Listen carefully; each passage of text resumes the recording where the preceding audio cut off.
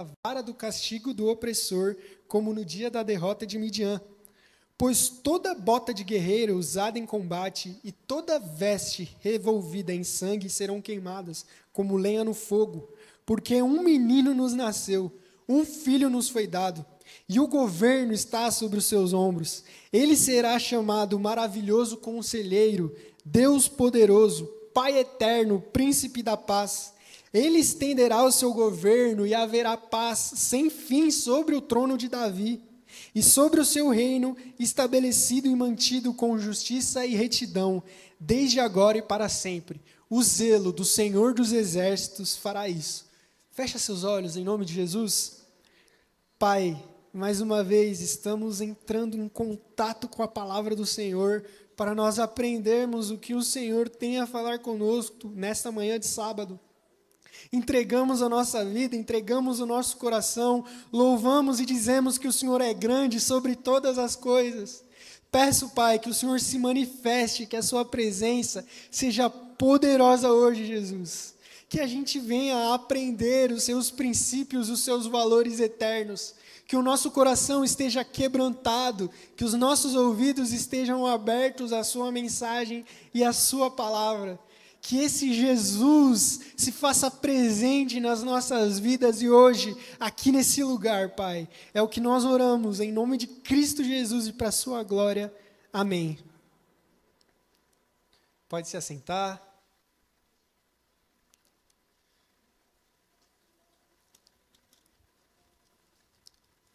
O tema dessa mensagem, a ideia dessa mensagem é trabalhar sobre a vinda de Jesus na terra. O profeta Isaías, ele profetiza sobre a vinda de Jesus e ele traz algumas características de como seria essa vinda de Jesus e como esse Messias, de como Jesus seria. Então, a ideia da mensagem de hoje é trabalhar sobre Jesus, sobre a vinda dele. E o título da mensagem é O Homem que Mudou a História. Esse homem, esse Messias aguardado desde o Antigo Testamento, que veio e que nasceu há 2000 anos atrás, esse Jesus foi um homem que não mudou apenas a região onde ele morava, que não mudou apenas o contexto familiar, mas Jesus é o homem que mudou para sempre a história do mundo. Por isso que quando a gente trabalha sobre a Bíblia, a gente não fala a história da Bíblia, a gente não fala a história cristã, mas a gente fala a história do mundo.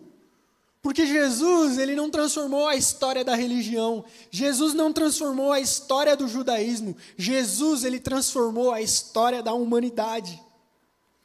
E por isso a gente vai aprender nesse livro sobre a vinda desse homem que transformou a humanidade. Por isso que é importante a gente rapidamente entender do que está se tratando esse capítulo de Isaías. Isaías, ele foi um profeta que ele é conhecido como um profeta messiânico. E o que isso significa? Significa que as profecias, que os escritos de Isaías, que o que está contido nesse livro do profeta, especialmente nesse capítulo 9, diz respeito à vinda de um homem que transformaria para sempre a história. Seria um homem que traria a salvação para a humanidade. É disso que se trata esse capítulo 9. E o mais incrível é que Isaías escreve esse capítulo 9, Isaías recebe essa profecia e é inspirado por Deus, 700 anos antes de Jesus vir ao mundo. Ou seja, 700 anos antes de Jesus nascer, Isaías já estava falando como seria o nascimento de Jesus e como esse Jesus seria. Ou seja, esse livro de Isaías, esse capítulo, ele tem importantes mensagens para a gente. Isaías, cheio do Espírito, ele nos revela como seria a vinda desse Messias aguardado, como seria a vida desse homem que mudaria para sempre a história do mundo. Por isso, hoje a gente vai aprender, através da Bíblia, 3 importantes pontos acerca da chegada do Messias, chamado Jesus, e as suas consequências. Por isso, a primeira ideia, o primeiro ponto, é que a chegada do Messias foi, ou na época de Isaías, seria transformadora. A primeira parte do texto nos revela que a chegada desse menino que nasceria, que a chegada desse Messias que transformaria a história, seria uma chegada transformadora. Olha o que diz o começo do texto. Contudo, não haverá mais escuridão para os que estavam aflitos. No passado, ele humilhou a terra de Zebulon e Naftali, mas no futuro honrará a Galileia dos gentios. O povo que andava em trevas veria uma luz. Aqueles que estavam na sombra da morte, sobre eles raiaria uma luz. E essa nação cresceria e haveria alegria sobre eles. Ou seja, a chegada desse Messias anunciado por Isaías seria uma chegada por transformação. E de fato, Jesus cumpre essa palavra de Isaías. E na mensagem de hoje, a gente vai poder aprender e ver na prática como que cada palavra desse texto foi cumprida. Jesus, ele é o cumprimento de todas as profecias do Antigo Testamento. Tudo que foi dito no Antigo Testamento, tudo que Isaías escreveu, perfeitamente e precisamente Jesus cumpriu na sua vida. E o Novo Testamento relata isso e a gente vai ver isso hoje. Então, por isso que eu peço que você mantenha a sua Bíblia aberta em Isaías capítulo 9, que a gente vai ver referências cruzadas de como esse texto de Isaías, 700 anos atrás, se cumpre na vida de Jesus e no ministério de Jesus. E o primeiro ponto, Mateus 4, do 13 ao 15, olha o que diz o texto. Esse texto relata que Jesus, que era de Nazaré, sai de Nazaré e passa a morar em Cafarnaum. E Cafarnaum era uma terra que pertencia a Zebulon e a Naftali. Jesus passa a morar então nessa região da Galileia. E por isso, muito obrigado. E por isso a gente pode ver o primeiro ponto do cumprimento dessa profecia de Isaías. Porque essa terra de Zebulon e Naftali foi uma terra que foi desolada e destruída. Se a gente se lembrar rapidamente, houve aquela distribuição entre Reino do Norte e Reino do Sul em Israel. O Reino do Norte, que fazia parte de 10 tribos de Israel, dentre elas essa tribo de Zebulon e Naftali, foi invadida e destruída em 722 a.C. Então essa terra foi toda destruída e devastada, e todo o povo de Deus que morava nessa terra foi subjugado e foi morto. Então por isso que Isaías fala dessa humilhação da terra de Naftali, dessa terra onde era a Galileia. Então, quando em Mateus capítulo 4, versículo 13 e 15, Jesus vai morar na Galileia, o que Jesus faz na Galileia? Olha o que diz o texto. Se você continuar em Mateus 4, do 13 ao 15 em diante. É na Galileia que Jesus vê alguns homens pescando, um deles chamado Simão Pedro, e Jesus chama os seus primeiros discípulos. É na Galileia que Jesus começa a pregação dele nas sinagogas judaicas, anunciando que ele era o Messias aguardado. É na Galileia que Jesus concentra os milagres, as curas. É na Galileia que Jesus cura endemoniados. É na Galileia que Jesus cura pessoas aleijadas. É na Galileia que Jesus começa um caminho de transformação naquela região. E Isaías, 700 anos antes de Jesus, disse que viria um Messias e essa terra que tinha sido devastada seria transformada de novo. Essa Galileia, que agora está só destroços, seria mais uma vez coberta de glória, porque a vinda do Messias transformaria aquela região. E de fato, em Mateus 4, a gente vê Jesus cumprindo essa profecia de Isaías e transformando essa região. O texto continua e fala que uma luz raiaria entre as trevas. E olha o que diz Jesus em João 8,12. Jesus diz assim: eu sou a luz do mundo, quem me segue não andará em trevas, mas terá a luz da vida. Olha como Jesus precisamente, perfeitamente cumpre todas as profecias e as palavras de Isaías. Isaías disse, cheio de Deus, inspirado pelo Espírito, que haveria uma luz sobre as trevas. E quando Jesus vem, ele se diz como a luz do mundo. Jesus é essa luz que reveste as trevas e acaba com a escuridão, meu irmão. Por isso que quando Jesus entra na nossa vida, por isso que quando nós temos um contato com Deus, nós saímos da nossa condição de trevas e vamos à luz. Por isso que não tem como, aonde Jesus está, o lugar permanecer morto. Jesus transmite luz, Jesus transmite vida. Por isso que não é raro a gente ver testemunhos, como do irmão que passou a lição, de que ia na balada, de que ia isso, mas quando tem um encontro com Deus não consegue mais. Porque esse é um ministério de Jesus anunciado por Isaías, transmitir luz para aqueles que estavam em trevas. E Jesus veio exatamente para isso. O verso 3 diz que Jesus traria alegria assim que viesse. E mais uma vez, no Novo Testamento, há o cumprimento perfeito disso. Lucas 2:8 até o capítulo 20, fala de uma alegria que toma conta de todos quando é anunciado o nascimento de Jesus. Nesse texto fala que quando Jesus nasce, os anjos de Deus, milhares, vão ao céu e começam a fazer uma festa. Fala que um anjo do Senhor aparece para um pastor e fala: cara, começa a fazer festa, louva, se alegra, porque esse menino anunciado por Isaías, o homem que mudaria a história, nasceu. E aqueles pastores que estavam perto ali da região, diz o texto que eles começam a louvar, começam a se alegrar. Os reis magos atravessam a cidade para conhecer Jesus. Ou seja, assim que Jesus nasce, a tristeza é tirada e a alegria. Olha como as palavras de Isaías são cumpridas na vida de Jesus. Então Jesus, ele transforma o contexto, Jesus cumpre a profecia de Isaías, Jesus transforma a nossa terra desolada em uma terra reta. Jesus transforma as nossas trevas em luz, Jesus transforma o nosso choro em alegria. Por isso, meu irmão, que o crente, a identidade do crente tem que ser uma identidade de transformação. Só que, infelizmente, nas igrejas atuais e nas pregações atuais, nós somos constantemente bombardeados por pregações e pessoas e crentes que não são transformados. Pregações que estão mais posicionadas em falar o que você quer ouvir.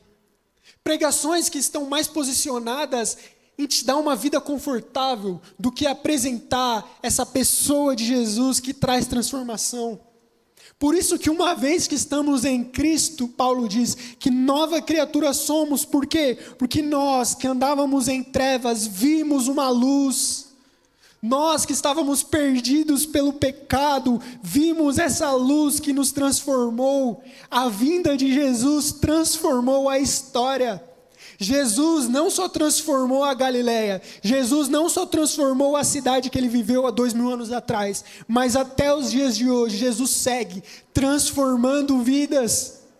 Que o nosso coração esteja aberto para essa transformação que a vinda de Jesus trouxe.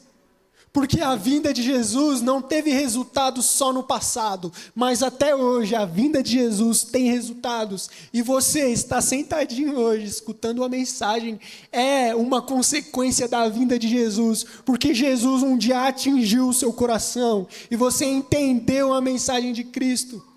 Então, que a gente vá de encontro com essa transformação que a chegada do Messias trouxe. Se nós vivermos um evangelho e uma vida cristã desprovida de transformação, Jesus nunca chegou nas nossas vidas. Jesus vai ser meramente um fato histórico que aconteceu há 2000 anos atrás. Mas o que muda? O que muda de Jesus ser um fato histórico para Jesus ser algo presente? A nossa transformação. Porque aonde Jesus está, Ele transforma. Aonde Jesus estava, enquanto ele estava lá na Galileia, as pessoas eram transformadas, os homens não permaneciam o mesmo. E eu lembro de uma passagem muito incrível, que é quando Jesus chama Mateus para ser o discípulo dele. Mateus era coletor de impostos, e ele estava trabalhando, e Jesus chega para Mateus e fala: Mateus, me segue. E o texto fala que Mateus larga tudo e segue Jesus. Olha como é extraordinário isso. Jesus, ele não promete nada para Mateus. Jesus, ele não fala nada direito para Mateus. Só que só de Jesus falar: Mateus, me segue. Mateus larga tudo e segue Jesus. Por quê? Porque Mateus foi afetado afetado por essa transformação de Jesus, porque Mateus foi afetado com a chegada de Jesus aonde ele estava. Então, onde Jesus chega, as pessoas são constrangidas a seguir ele. Por isso que hoje, nessa manhã, Jesus está nos constrangendo a seguir ele, a esse caminho de transformação. Por isso que há alegria, por isso que há luz, porque nasceu esse menino que transformou e continua transformando o mundo. Que a chegada do Messias seja transformadora na minha e na sua vida. Segundo ponto, a chegada do Messias foi libertadora e vitoriosa. Versículo 3, olha o que diz. Porque o jugo que pesava sobre eles, o bastão posto em seus ombros e a vara do opressor, tu as despedaçaste como no dia de Midian. Com efeito, todo calçado de guerra, toda veste que se envolve em sangue será queimada e devorada pelo fogo, porque um menino nos nasceu. Esse texto e esse trecho revela que a chegada do Messias seria e foi libertadora e vitoriosa. Primeiro, para a gente entender o que significa esse texto, é importante a gente entender o que é isso, como no dia de Midian. O que aconteceu em Midian? Se você abrir a sua Bíblia em Juízes capítulo 6, você vai ler no primeiro e no segundo versículo que o povo de Israel estava sendo dominado por esse povo de Midian, os midianitas. E por 7 anos esse povo de Israel foi escravizado por esses midianitas. O texto fala que toda vez que os israelitas plantavam qualquer coisa, os midianitas iam lá, queimavam tudo, matavam todo o gado, matavam todo mundo e iam embora. E por 7 anos o povo de Deus foi escravizado e subjugado por esses midianitas. Até o dia que diz o texto que o povo ora, se submete a Deus e Deus envia Gideão. E através do poder de Deus o povo é livrado dos midianitas. E o mais incrível é que essa libertação dos midianitas não se deu por força humana. Se a gente continuar no capítulo 7, a gente vê que só com 300 homens o povo de Israel é liberto dos midianitas. E nenhum desses homens luta, porque o texto diz que eles tocam trombetas e os próprios inimigos se matam entre si. Ou seja, Deus liberta esse povo soberanamente. Então o que Isaías está querendo dizer nesse texto? Ele está querendo dizer que assim como no dia em que Jesus libertou Israel dos midianitas, esse menino que nasceria libertaria a gente da escravidão do pecado. Todo esse jugo do pecado, toda a aflição que toma a sua vida, toda a escravidão que o diabo traz sobre nós, esse menino, esse Messias que chegaria, libertaria as nossas vidas. Todo o jugo sobre as nossas costas, toda a corrente, toda a algema seria destruída. E olha o que diz Jesus quando ele vem, quando ele chega. Mateus 11, 28, olha o que diz Jesus, é exatamente o que está escrito nesse texto de Isaías. Jesus disse assim: venham a mim todos os que estão cansados e sobrecarregados, e eu darei descanso a vocês. Tomem sobre vocês o meu jugo e aprendam de mim, porque sou manso e humilde de coração. Vocês encontrarão descanso para a alma, porque o meu jugo é suave e o meu fardo é leve. Jesus cumpre mais uma vez precisamente a palavra de Isaías. O jugo do pecado que está sobre a sua vida, o jugo da escravidão que está sobre a sua vida, através da chegada de Jesus, você é livre. Jesus está gritando nesse texto: você é livre. Não há algema que te prenda, não há vício que te prenda, não há pornografia, não há cigarro, não há álcool, não há balada, não há nada que possa te prender e te algemar de novo, porque a chegada do Messias foi libertadora. Jesus trocou, você estava com um jugo, você estava com uma algema do pecado que te escravizava. Agora com a chegada dele, essa algema é destruída e você é livre com Deus. Se você tinha um fardo pesado nas suas costas, se você estava sobrecarregado, agora que Jesus veio, você é livre, você é limpo, você agora está leve. Não há mais peso do pecado sobre a sua consciência, porque você foi perdoado por Jesus. Assim como no dia de Midian, que Deus destruiu os adversários, esse Messias aguardado seria vitorioso e destruiria os seus inimigos. E olha o que diz 1 João 3:8. João, inspirado por Deus, diz: pois Jesus veio para destruir as obras do diabo. Jesus e a chegada dele instaura um momento de vitória. A morte que tinha poder, o diabo que dominava sobre o mundo, através da chegada do Messias, é derrotado e Jesus é vitorioso. A chegada do Messias promoveu vitória. Olha o que diz o versículo 4, que todo calçado de guerra, que toda veste revolvida em sangue seria queimada. O que isso significa? Que todo adversário, que toda armadura de guerra seria posto em chão, porque esse Messias que viria e veio é um guerreiro que traria libertação para o povo. Não precisa mais vestir armadura, meu irmão. Não precisa mais você guerrear, porque o Messias veio e guerreou por você e te deu a vitória. A vinda do Messias, a vinda de Jesus é uma vinda vitoriosa.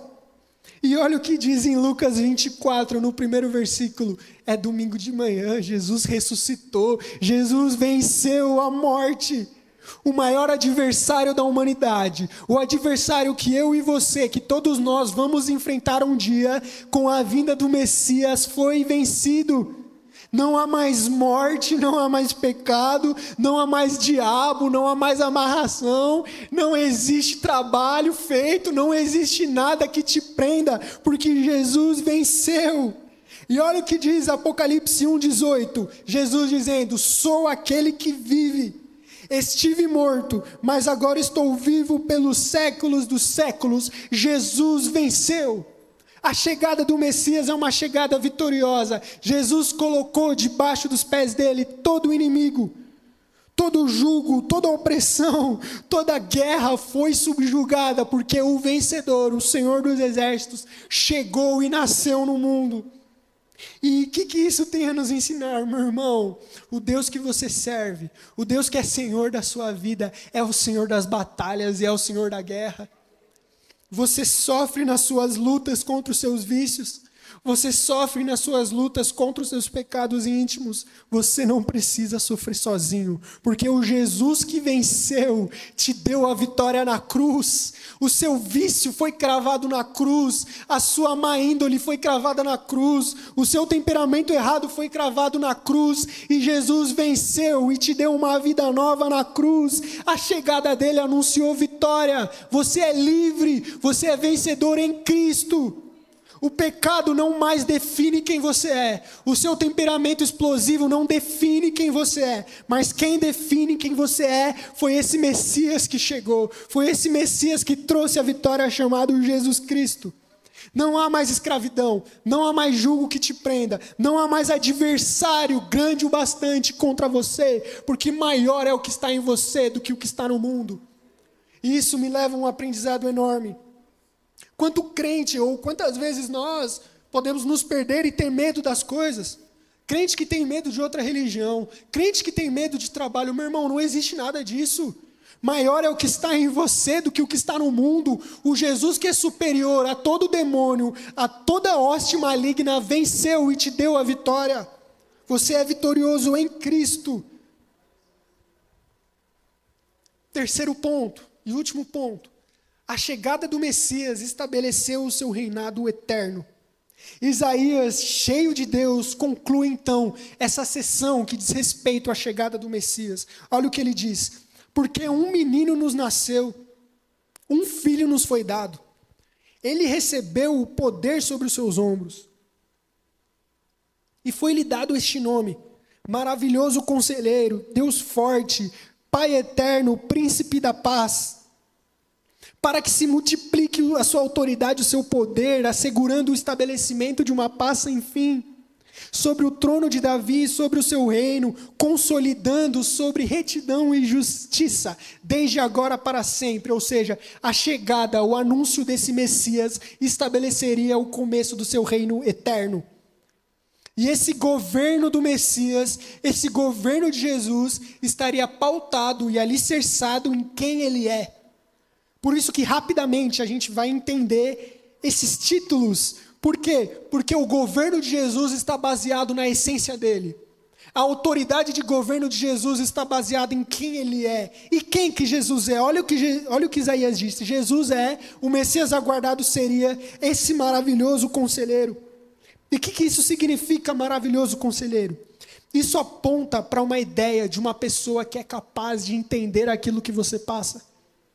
Porque só pode aconselhar quem já viveu aquilo.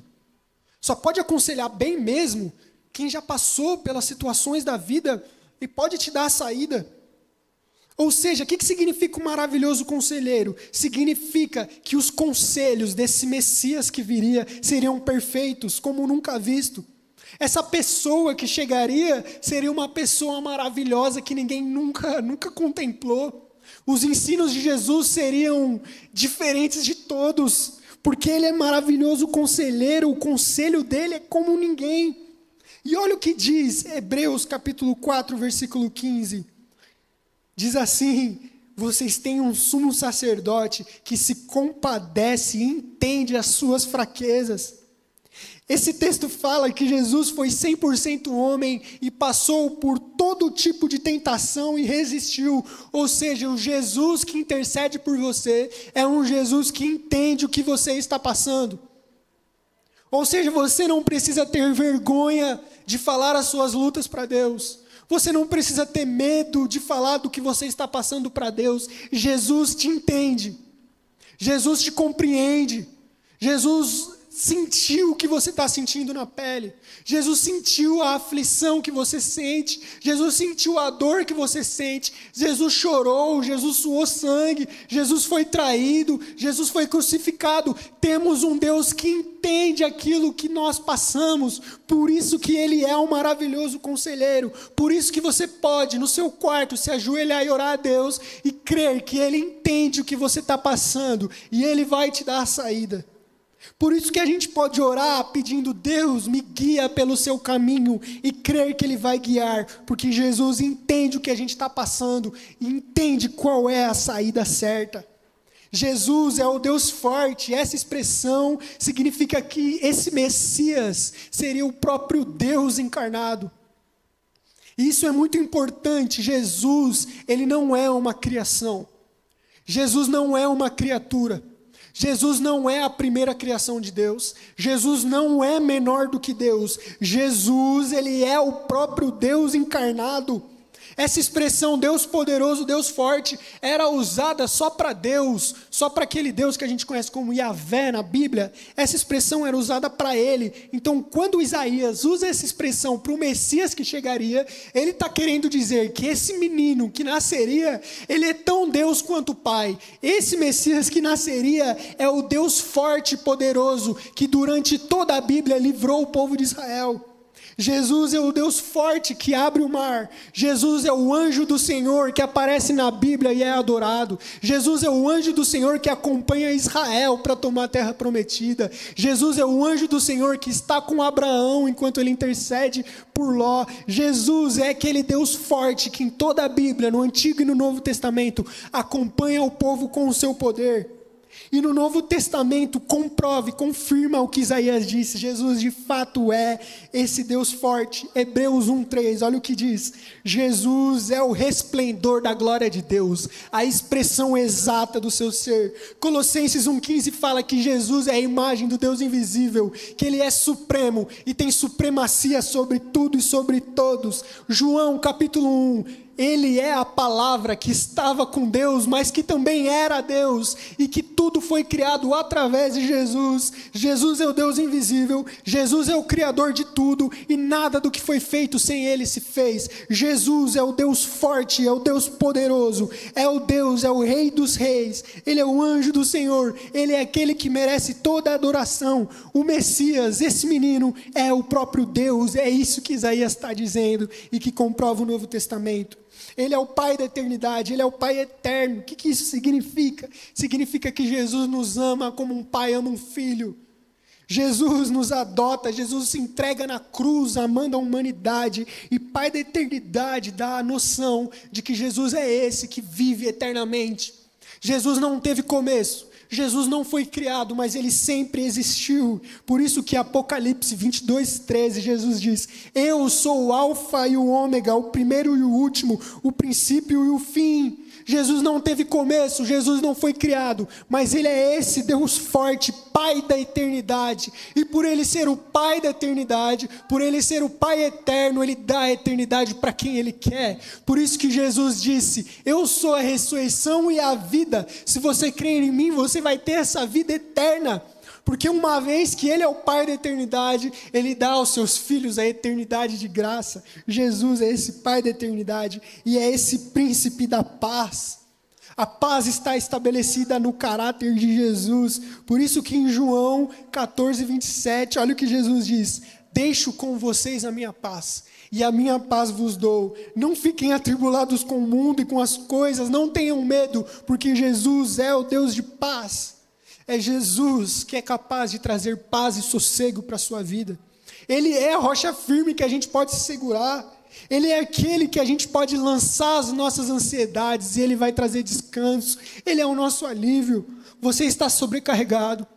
As demandas do trabalho, a pressão do seu chefe, ou a pressão dos resultados, do lucro ou do prejuízo da sua empresa, tem te sobrecarregado. A falta de comida na despensa está te sobrecarregando. A falta de dinheiro, a quantidade do tamanho da fatura do cartão tem tirado o seu sono. O seu relacionamento com o pai, com a mãe, com os filhos tem te tirado a paz. Jesus é o príncipe da paz. Se encontre nele e você terá paz e sossego, porque ele trará a paz a você, independente das circunstâncias. Não é que Jesus vai mudar o cenário, não é que Jesus vai pagar a sua fatura do cartão, mas Jesus vai te dar a paz e o alívio necessário para que você tenha a saída. Jesus é o príncipe da paz. Então por isso que Jesus é esse menino e por isso que foi dado o governo sobre os ombros dele, porque ele é tudo isso, ele é o Deus poderoso, ele é o príncipe da paz. Por isso que, concluindo, Jesus é esse governante eterno. Jesus é essa pessoa que tem o governo sobre os ombros e reinará eternamente, firmando e consolidando o reinado de Deus com justiça e retidão. E para isso, para a gente entender esse reinado de Jesus, a gente vê no Novo Testamento Jesus como esse rei. Jesus como esse governante e soberano sobre todas as coisas. Isaías está anunciando que esse Messias, esse menino, ele não é só mais uma criança, mas ele é o Deus vivo que governa sobre todo o mundo. Ele é o Rei dos reis, ele é o Senhor dos senhores. Esse é Jesus, o que reina sobre a minha e sobre a sua história. E em Mateus 28:18, Jesus cumpre essa palavra, porque olha o que Jesus diz: toda autoridade foi me dada nos céus e na terra. Filipenses 2, do 9 ao 11, Paulo fala que Jesus está exaltado sobre todo nome, que todo joelho se dobra e toda língua confessa que Ele é o Senhor. E no livro de Apocalipse, Jesus, mais do que em toda a Bíblia, é apresentado como esse rei, como esse Messias que estabelecerá o seu reino. Então, por isso, eu até te dou uma sugestão. Leia o livro de Apocalipse, meu irmão. Não há livro mais fantástico. No livro de Apocalipse, Jesus é apresentado como esse soberano e rei sobre toda a história. Por isso, uma rápida passada no livro de Apocalipse mostra que Jesus é esse Messias que chegou para estabelecer o reino de Deus. Em Apocalipse 1:8, Jesus é aquele que era, que é e que há de vir, o Todo-Poderoso. No capítulo 2 e 3, Jesus é aquele que fala ativamente às igrejas e ordena as igrejas. No capítulo 4, Jesus é aquele que está sentado no trono, onde todos os seres, onde os 24 anciãos, os anjos e todos aqueles que estão nos céus se dobram dizendo: Tu és digno. No capítulo 5, Jesus é o Cordeiro, o único digno no mundo de abrir e romper os selos. Jesus é aquele que tem a história do mundo nas mãos. Jesus é aquele que é digno de continuar a história. No capítulo 5, Jesus é o Cordeiro, que todos cantam um cântico novo, que Ele é santo, santo e santo, o que é e que era e que há de vir. Ele é aquele que todas as criaturas e que todos os animais existentes dizem: a Ele seja o louvor, a honra, a glória e o poder pelos séculos dos séculos. No capítulo 6, Jesus é quem abre os céus e inicia a história. Do 8 ao 19, Jesus é aquele que acompanha a igreja na tribulação e que julga o mundo com justiça e retidão, assim como disse Isaías. E no capítulo 19, Jesus é aquele que vem sobre o cavalo branco, que se chama fiel e verdadeiro, que tem os olhos como de fogo, que tem um nome que só Ele conhece, que é a palavra do Deus vivo, que tem uma espada afiada e que julga as nações. Jesus é esse que governa com justiça. Jesus, no capítulo 19, é aquele que tem sobre o manto na coxa escrito: Rei dos reis e Senhor dos senhores.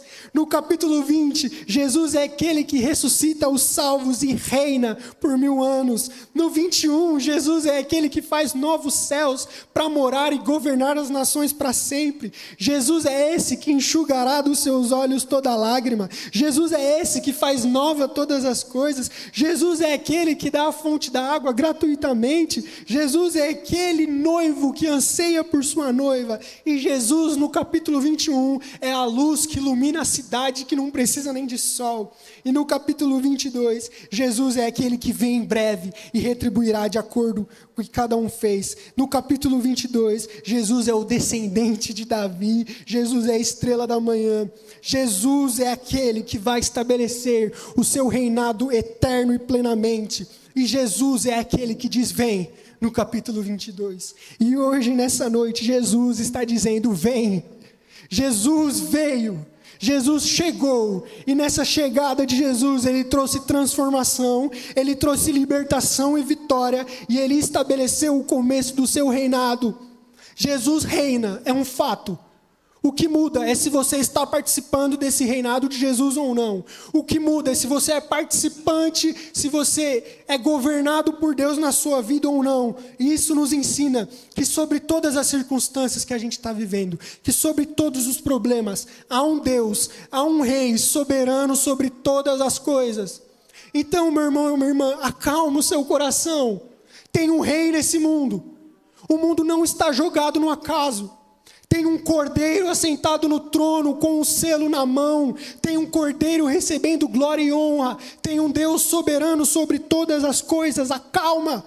Não se preocupe com o amanhã. Entregue o caminho ao Senhor, que há um Deus soberano. Não deixe a dificuldade, não deixe o presente, não deixe a luta atual tirar o seu foco, embaçar a visão. Deus é soberano, independente do que esteja acontecendo na sua vida, e Ele sempre será soberano. Ele é o Rei, Ele é o Messias que estabeleceu o seu reinado eterno e que reinará para sempre. Que a gente se entregue a esse Rei, que trouxe transformação, libertação, vitória e reinado. Hoje, para você e para mim, Jesus está dizendo: vem. Jesus já veio, hoje é o seu dia. É a sua hora de vir até Jesus, e Jesus está chamando. Jesus bate a porta e fala: vem, vá até Jesus, vá até esse Rei que quer governar sobre a sua vida, vá até esse Rei que quer morar com você e tirar de você a morte e a dor. Vá até Jesus, entregue sua vida a Jesus, viva para esse Jesus que reina.